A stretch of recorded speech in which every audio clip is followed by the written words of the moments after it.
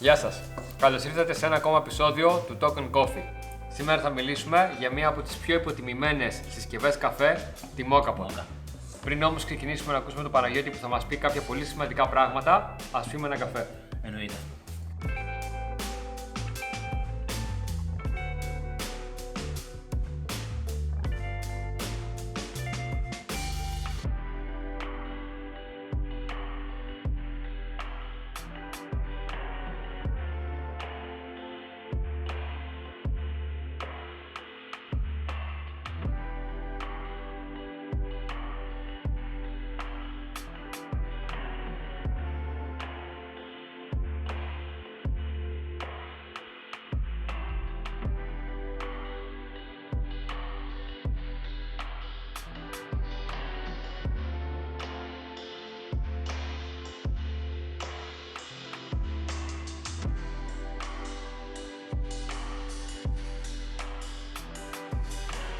Σήμα κατά τεθέν της ιταλικής κουλτούρας και της φινέτσας είναι η Moka Pot. Άγνωστη για το ευρύ κοινό, αλλά για τους Ιταλούς ένα καθημερινό σκεύος για να κάνουν τον καφέ τους. Είναι ακριβώς όπως έχουμε εμείς το μπρίκι για τον ελληνικό καφέ. Πολύ σωστά. Η Moka Pot ανακαλύφθηκε το 1933 από τον Αλφόνσο Μπιαλέτη, αλλά ουσιαστικά ο γιος του Ρενάτο ήταν αυτός που το κατοχύρωσε στις συνηθίσεις των Ιταλών για καθημερινή χρήση. Η Moka Pot πήρε το όνομά της από την πόλη Μόχα της Ιεμένης, που ήταν πολύ σημαντικό λιμάνι εξαγωγής καφέ στα τέλη του 18ου αιώνα. Η Moka Pot, σαν τρόπος παρασκευής καφέ, χρειάζεται μια εστία φωτιάς, νερό, αλεσμένο καφέ ελάχιστα πιο χοντροκομμένο από αυτή την άλυση του εσπρέσο και λειτουργεί με 2 μπαρ πίεση και γι' αυτό δεν έχουμε κρέμα επάνω στον καφέ μας. Ουσιαστικά μοιάζει πάρα πολύ με τα πρώτα καφεδάκια που παίρναμε όταν είχαν πρωτοανακαλυφθεί μηχανές.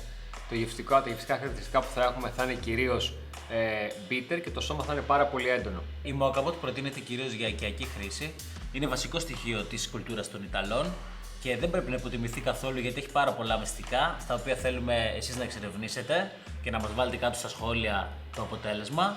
Αλλά πριν από όλα αυτά θα μας δείξει ο Γιάννης πώς κάνουμε σωστά ένα καφέ φίλτρο σε Moka Pot. Για την παρασκευή καφέ στη Moka Pot θα χρειαστούμε βραστό νερό στους 95 βαθμούς Κελσίου, αλεσμένο καφέ με άλυση λίγο πιο χοντρή από την άλυση του εσπρέσο, μία εστία φωτιάς και τη Moka Pot. Ένα από τα βασικά λάθη που κάνουν οι πιο πολλοί για τη Moka Pot είναι η άλυση. Η άλυση πρέπει να είναι λίγο πιο χοντρή από τον εσπρέσο έτσι ώστε να αποφύγουμε τα πικρά χαρακτηριστικά. Όπως επίσης και το νερό. Το νερό που θα βάλουμε και θα χρησιμοποιήσουμε θα πρέπει να είναι στους 95 βαθμούς και να είναι λίγο πιο κάτω από τη βαλβίδα.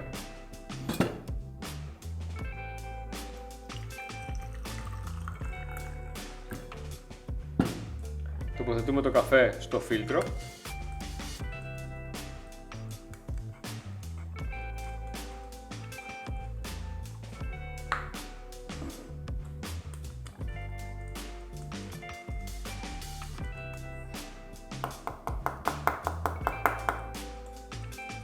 Πολύ σημαντικό ο καφές μας να είναι σωστά κατανεμημένος, έτσι ώστε να έχουμε και την κατάλληλη εκχύληση.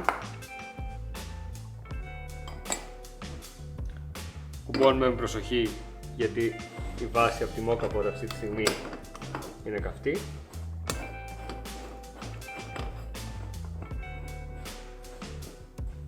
Επίσης πολύ σημαντικό είναι το ότι δεν σφίγγουμε μέχρι τέρμα τη Moka Pot γιατί θα χαλάσει το λάστιχο και στη συνέχεια θα έχουμε πρόβλημα.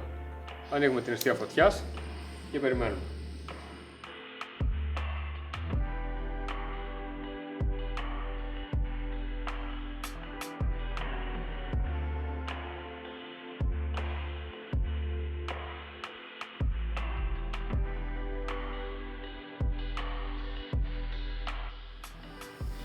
Τώρα ήρθε η στιγμή, θα το κλείσουμε το γκαζάκι μας και θα περιμένουμε να γίνει η υπόλοιπη εκχύληση από το Moka Pot.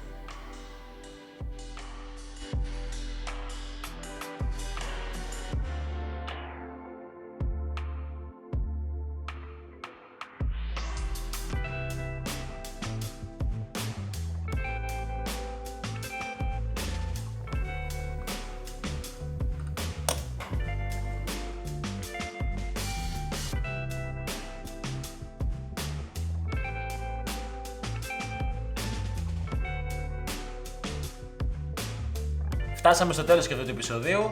Εάν σας άρεσε το βίντεο, κάντε ένα like και ένα subscribe στο κανάλι μας. Περιμένουμε οπωσδήποτε κάτω στα comments να μας γράψετε το γευστικό αποτέλεσμα που εσείς καταφέρατε και τι σας δυσκόλεψε στην παρασκευή της Mokapot, και να θυμάστε ότι είναι φίλτρου και όχι γαλλικός.